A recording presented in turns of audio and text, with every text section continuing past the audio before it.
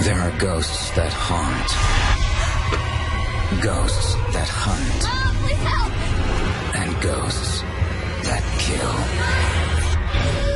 It wasn't long after we moved in that the strange things began to happen.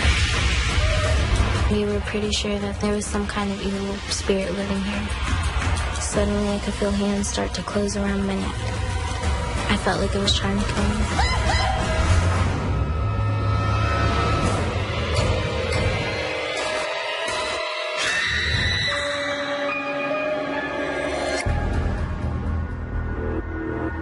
It's important for me to be in shadow because of my job. I work for the military. But I told people at work that my family was living in a house with an angry spirit. I just don't think people would take me seriously.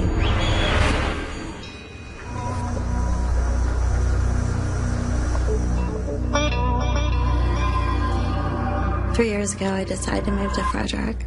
I was commuting to work 2 hours one way, 5 days a week.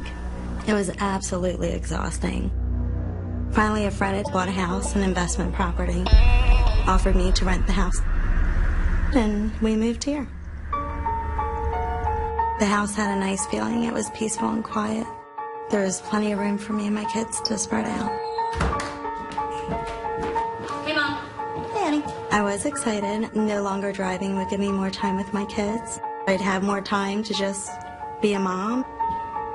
It felt like a dream come true. The basement was my room.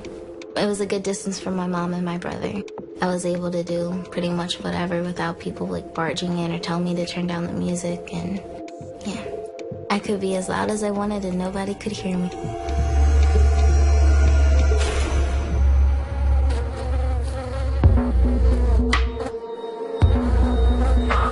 It was a couple days after we moved in. I was out front taking care of the flower beds. And one of the neighborhood boys had walked up to me and asked something strange. Was there blood in the kitchen when you moved in?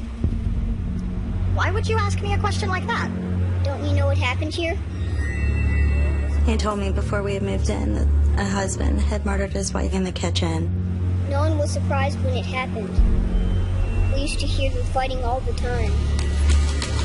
When I heard that, I got a sick feeling. It made me wonder if there was more about the house that I didn't know.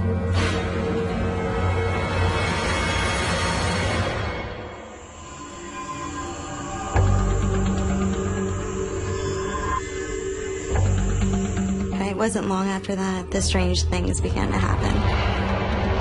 At first, it was just little incidents here and there. I had a picture frame and it was shaped as a cross, and I had it hanging up on the wall.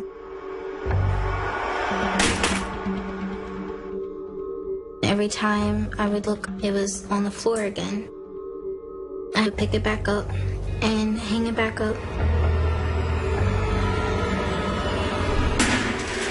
Eventually, it kept falling to the point where it broke. It seemed like nothing religious could be in the house at all.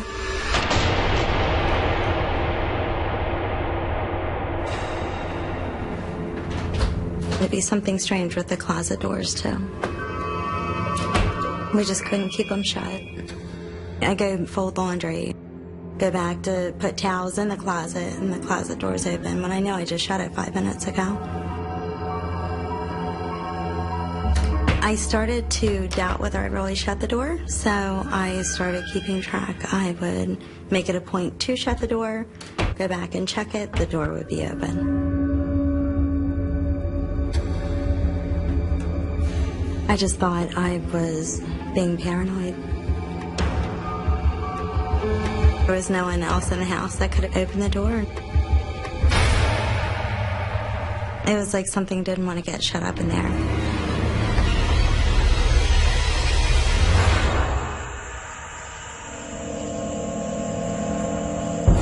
As time had went on, we noticed things started going on in the kitchen.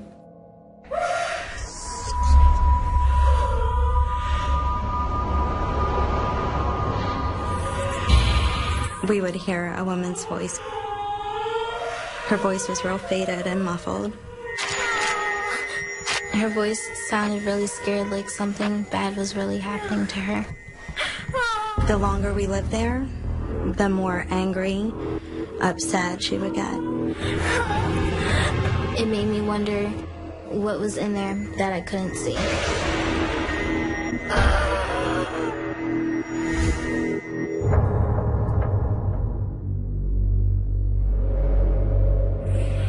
The kitchen wasn't the only place things were happening. We were starting to have problems in Alicia's bedroom, too.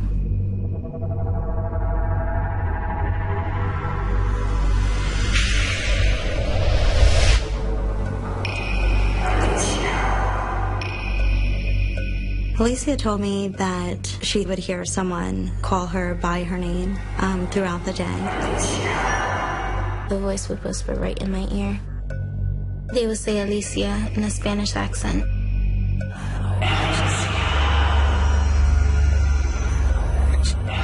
It would freak me out.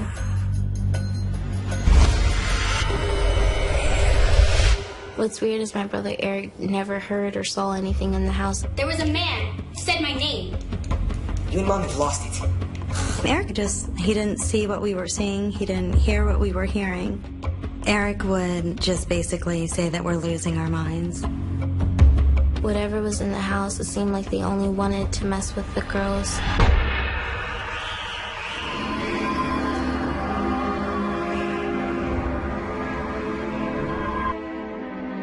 It was a couple months after we moved in. I was lying in bed about to fall asleep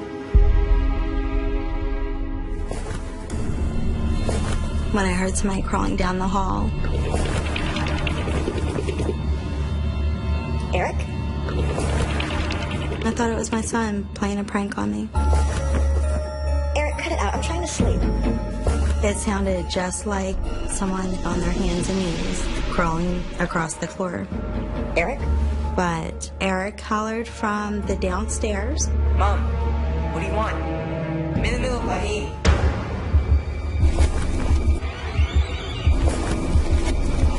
But I soon realized it wasn't my son.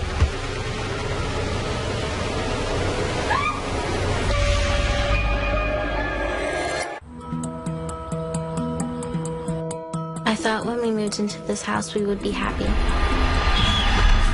But there was something living here that wouldn't let us be.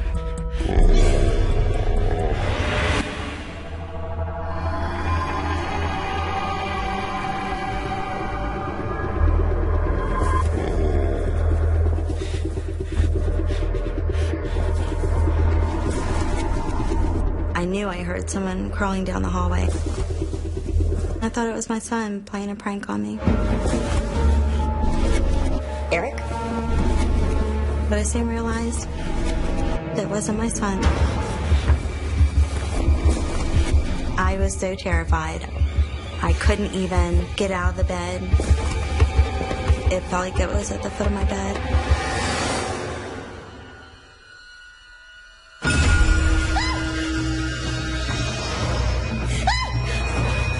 My heart was pounding so hard, it felt like it was in my throat.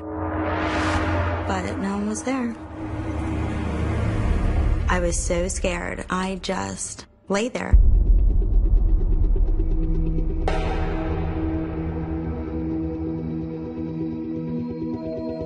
The next morning, I got up and checked under my bed.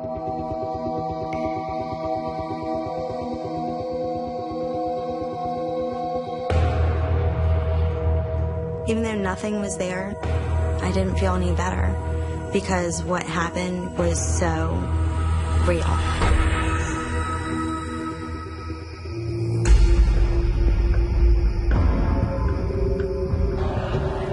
By this time, we were pretty sure that there was some kind of evil spirit living here. And the longer we were in the house, the more aggressive it got. One day, when I was in my bedroom,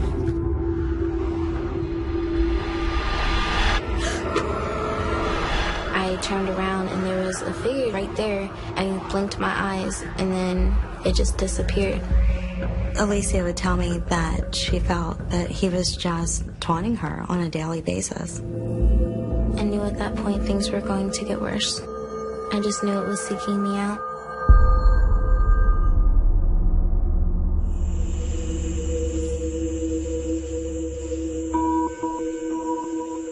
After Alicia heard someone call her by her name, I didn't know where to turn. I had tried doing internet searches to find out who owned the house. Don't you know what happened here? Was there blood in the kitchen when you moved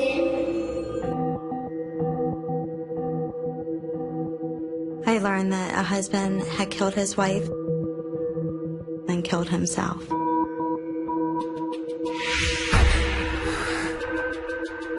Murder-suicide. He was an abusive husband that nothing was good enough for him. I think he got his kicks out of taunting us. It was his way of taking control of his house.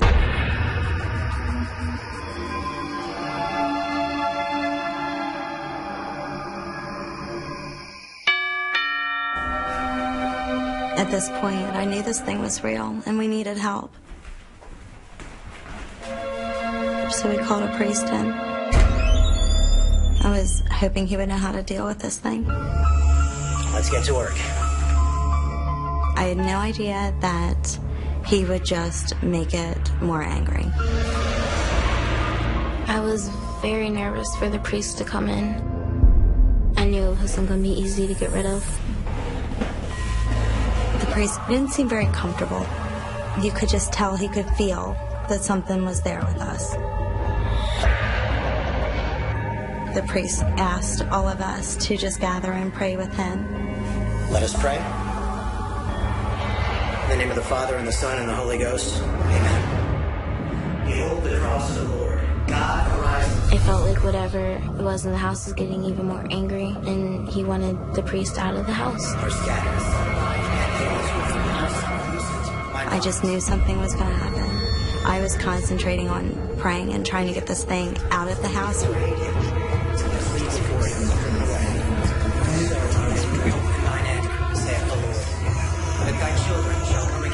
All of a sudden, I could hear my textbook sliding across the table. Flee before him. It was off the table and hit him in the head. It was the craziest thing I ever saw. There was no way that could have happened unless someone had thrown it. All spirits from this home, be gone. And there was a big knife, and it turned and it slid across the table. Leave now.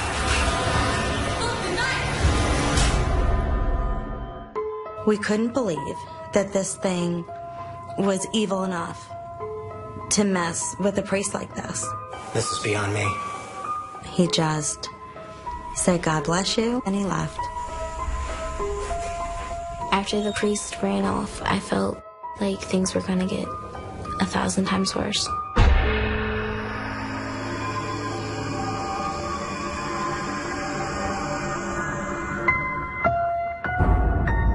I went to bed late that night. I don't know how long I was asleep when something woke me up. I opened my eyes and my room was completely pitch black. And right away I had a sense that I wasn't alone. That's when I felt like an evil presence was in my room. I was very afraid that something was going to attack me. And it did.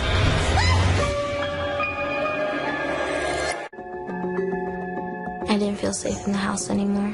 I felt like at any moment I could be killed. I was scared, very scared.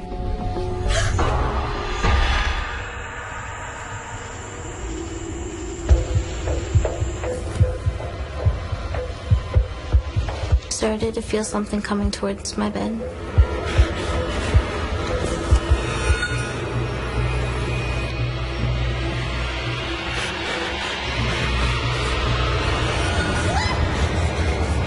Suddenly I could feel hands start to close around my neck. I felt like it was trying to kill me. It suddenly released. took one big breath of air, and then I called my mom. Mom, please help! Mom, help! Alicia? I could hear in her voice that something was majorly wrong. What happened to your neck? I could just see finger bruises around her neck. It looked like two large hands just had choked my daughter. This was the scariest thing that happened to me in my life.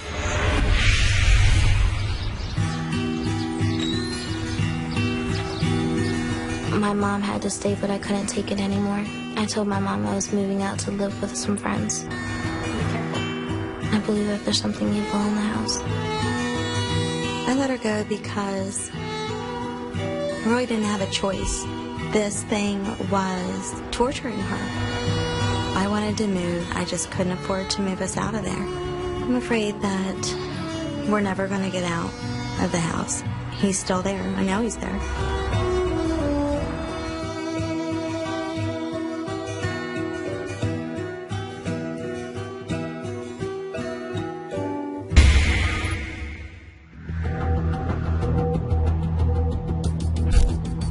My name is Brian Schiff. Me and my friends thought it'd be fun to go ghost hunting. That's before I ran into one and got more than I ever bargained for.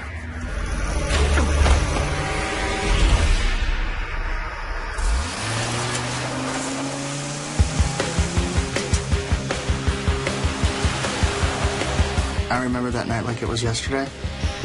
I was with my friends Rachel, Evan, and Brittany, and we were very bored. Nobody had work that night. Brian was like, hey, let's go do something.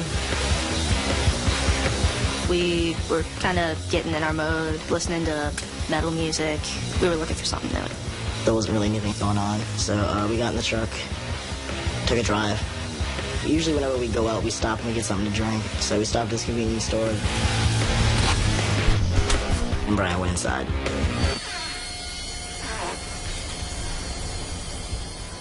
While I was in the store, I started talking to the girl behind the counter. How's it going? Brian asked if there was anything that the locals might find interesting. Know of anything fun going on around here? She said that there was this house that a lot of people said is haunted or something. The rumor was that the house was lived in by a family when a woman's husband left in World War II to fight. Once she got word that the husband died at war, she couldn't handle it, she lost it. What do you mean, lost it? They say she couldn't take it. I guess he was the love of her life. So she had gotten really depressed, and she drowned her daughter.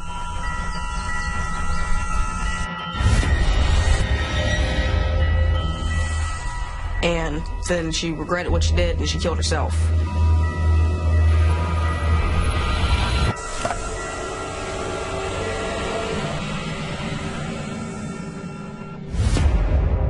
Over the years, it got the reputation of being haunted. Apparently, no one's lived in a house for almost 60 years. Take this road 3 miles down, make a left at the white fence, keep going. You could just see Brian's face light up. He was like, oh, I know exactly what's going on tonight. I know exactly where we're going. Make a left, and that's Hickory Fork Road. I was excited to hear the word haunted. It sounded like something that was unknown, kind of challenging. Hey, guys. Let's check out a haunted house.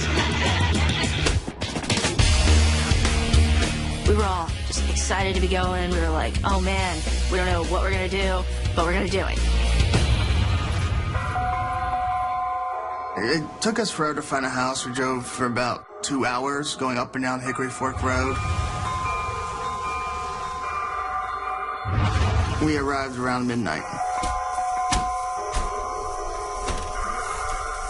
The house had an energy that made it feel like as soon as we got out, like we were being watched. Like it was expecting us. Wow. I don't know you guys. This is creepy. We could tell when we pulled up that we were going to have a story or two to tell. We expected something to happen, but Do you hear that? there was no way we could have prepared for it to have been that big. We gotta get out of here. Run!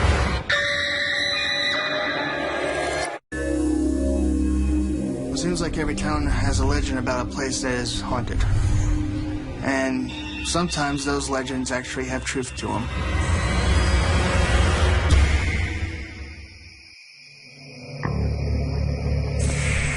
So I heard about this house that supposedly is haunted on Hickory Fork Road. Apparently there was a husband and a wife and a little girl that lived all in the house. And the wife found out that her husband had died in the war. So she killed her daughter and then killed herself. When we got there, I was kind of like, whatever, nothing's gonna happen. I was definitely wrong.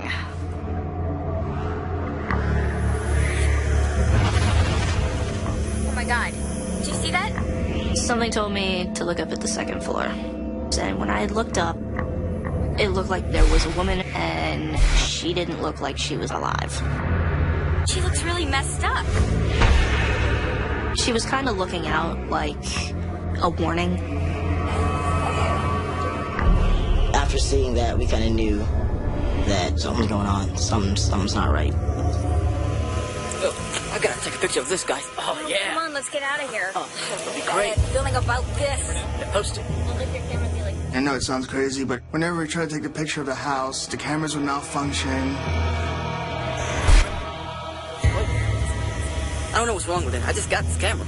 You see, you guys, the house doesn't want us to take a picture of it. I kind of felt like the house definitely didn't want its picture taken. It didn't want people to see what was going on. Come on, let's go back to the car. These guys are idiots. I don't know what they're trying to prove. Rachel and I said, it's just too creepy. Brian said, I didn't come out here to do nothing. I am going to check out what's going on. And Evan was kind of, I'm going to tag along with him.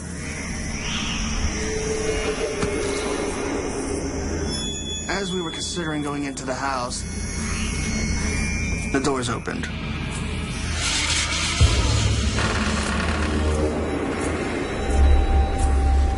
The creaked so hard. You would have thought that someone was pulling the door open after like 80 years of being closed. I was kind of like, I can't believe I'm seeing this. It felt like the house wanted us to come in.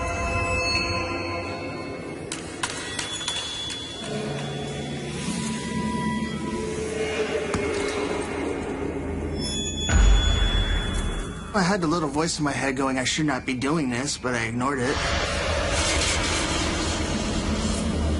I kind of just felt like my heart pumping faster. My hair standing up. I could feel something was about to happen. It was going to be major.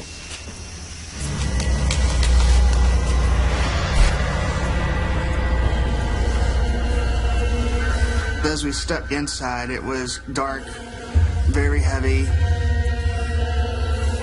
I can't describe it, but you knew you shouldn't be there. Feels like something in here. It kind of looked like somebody had lived there at one point, but not for a long time. It was a pretty grim looking place. The farther we walked into the room and into the middle of the house, the heavier it got inside.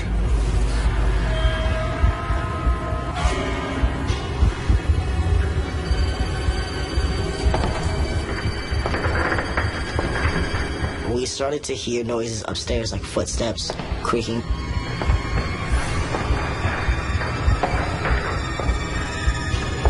What is it? All of a sudden, the footsteps stopped. So we knew that something was going on. You could feel the atmosphere change. You could feel like it becoming more hostile. We gotta get out of here. Run! If I knew what was going to happen, I would never gone in that house. I didn't know there would be something that would actually attack me.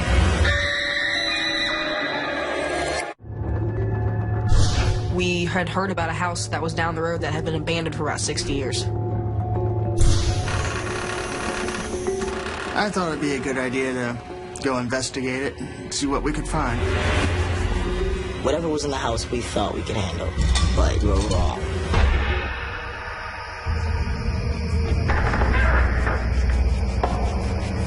Me and Evan started hearing footsteps, and I could sense something. It felt very threatening. You could really feel the anger coming from it.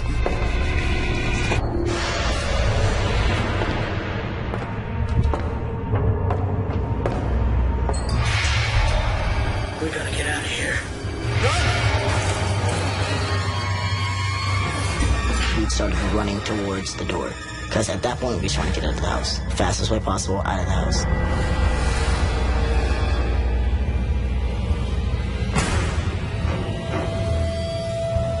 I was in total pure fear. And all of a sudden, the next thing I knew, I was being thrown.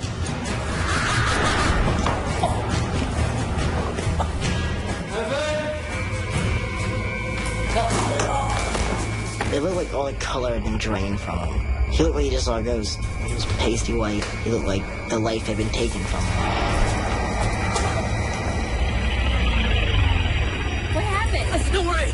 Just go. Just go. That was definitely the last straw when Brian got attacked. That's the invitation of you're gonna leave now.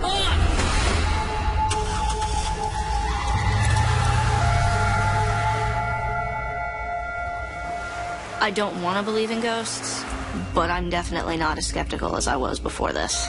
You could pay me $1 trillion to set foot in that house and I will turn you down. I do not know what I ran across that night, but I do know I will never set foot in that house again.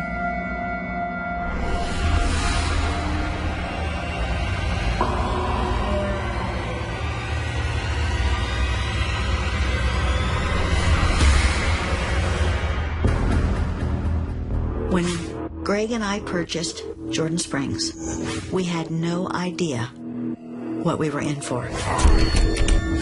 If someone told me of all the things that have happened to us in the years of owning the property, I'd have to give buying it some serious thought.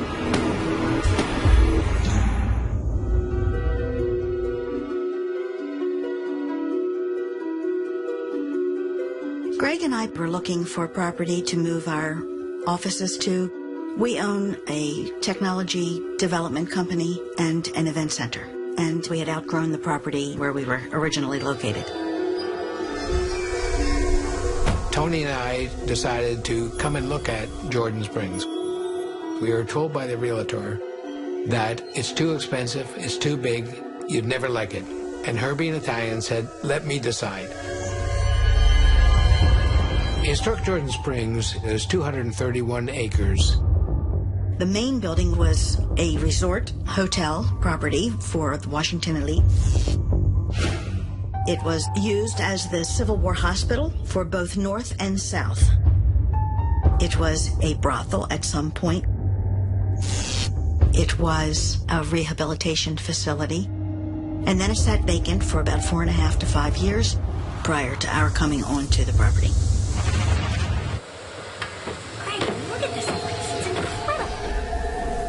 When I came onto the property, over me came just this sense of, this is where I'm to be.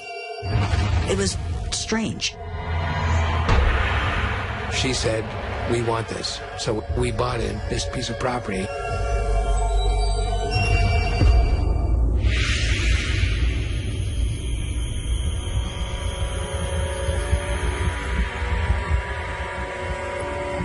After we were on the property for a few months, we realized there were other people living here with us that we couldn't explain. One night, I was alone in the library. I was the only one on this floor. All of a sudden, it sounded like ladies walking across the wooden floor in heels. I heard groups of women speaking. Hello? Someone there? Sometimes louder than others. Hello? Someone there? Sometimes laughing. Sometimes sounding as though they were singing. It was just as clear as I'm sitting here today. And I would go where I thought I heard them.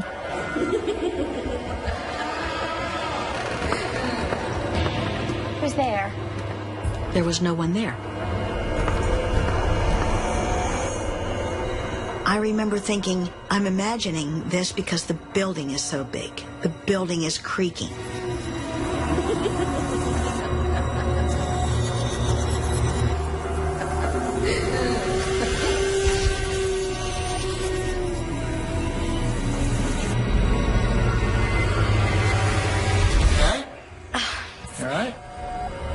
I was very reluctant to share it with anyone because I couldn't explain it. Everything's fine. Let's go home. Okay.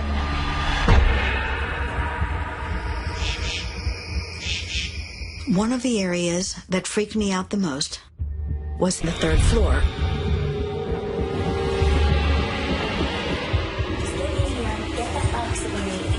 One day, Greg and I were talking. Too much time up here as far as I'm concerned. Okay.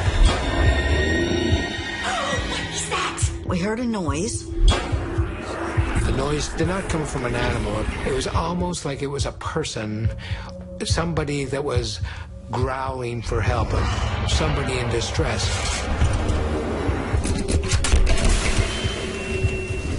All of a sudden, the doorknob started rattling as though somebody was panicked about getting out of the room. I'm gonna get to the bottom of it.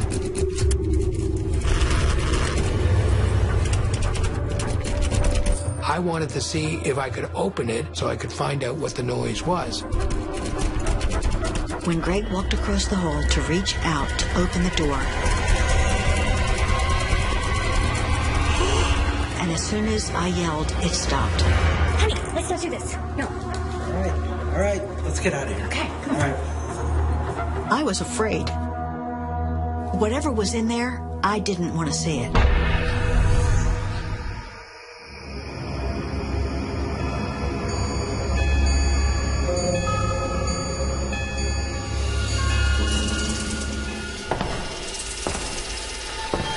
One night, I was here during the evening, and I heard footsteps directly above me on the second floor.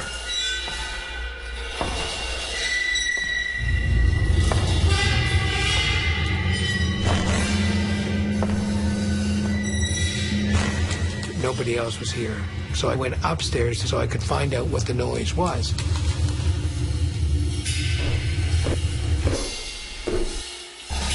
When I walked into the second floor, I felt like I was pushed. As I fell, I hit my forehead, left ear, right ear, chest, and arm.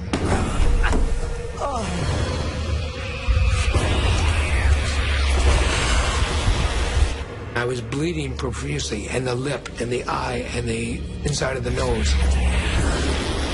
I do not have an explanation of why would somebody pick on me, except for maybe the spirit is not very nice.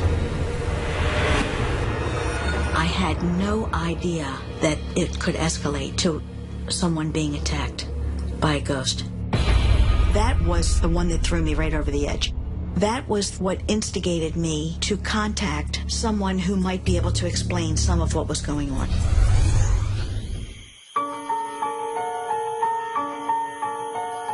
I read an article in the newspaper about a paranormal investigation team that was doing something locally, and I reached out to them to have them come here to Jordan Springs.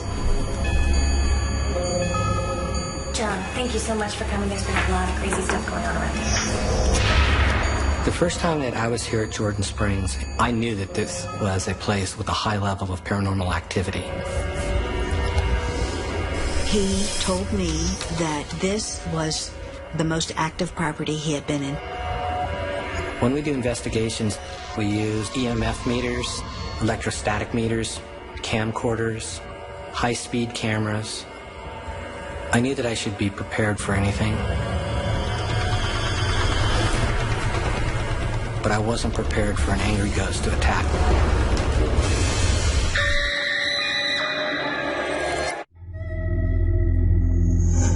We knew there were spirits on the property, but because of the rich history of the property, we don't know what happened which caused this spirit to be angry enough to attack.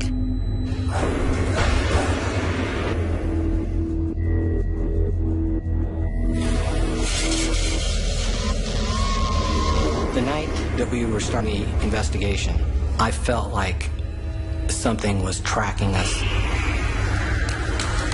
I was absolutely convinced that there was a male presence. The energy here is off the charts.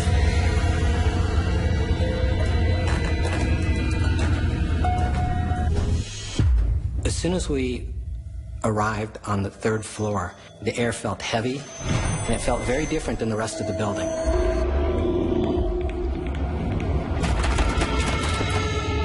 I saw a male moving down the hallway and entering a door at the end of the hall. Well, I'm not going in there. I'm scared. I had this adrenaline surge. I wanted to stand up to this entity and make sure that it understood that I wasn't going to allow it to drive Tony or Greg out of this place, that it was going to have to learn how to coexist with us. So I pursued it.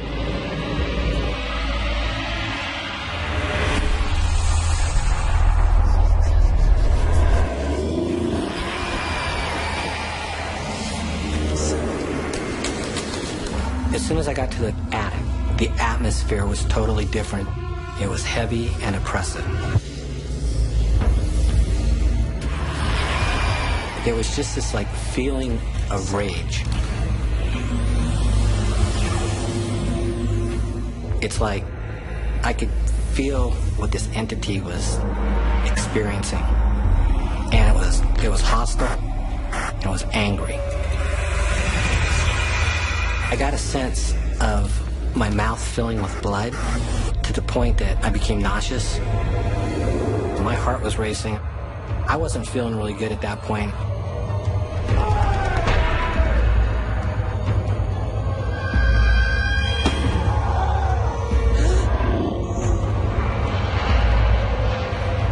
All of a sudden, I felt something grab me by the throat. I was having difficulty breathing. I didn't want to lose consciousness and be at its mercy. I remembered that if you remove yourself from the location, the attack should stop. I was desperately hoping that this would cease the attack. When he came out of the room, he was white as a sheet. He was nauseous. He was choking. He couldn't speak.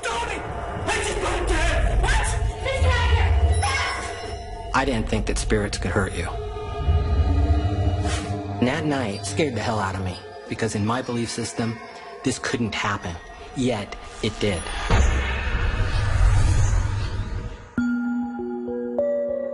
I believe that the ghosts will always be here in some manner, shape, or form. At this point, we are trying to get along peacefully. Them with us with them. I don't believe that they would ever leave, nor do I feel like I want them to leave. They've been here longer than we've been here and will probably continue to be here long after we're gone. I try not to think about being unsafe or being in danger. I try not to let my imagination get crazy. I am compelled to stay on Jordan Springs. I cannot explain that. However, I do feel unsafe, and it's uncomfortable. It's scary for me.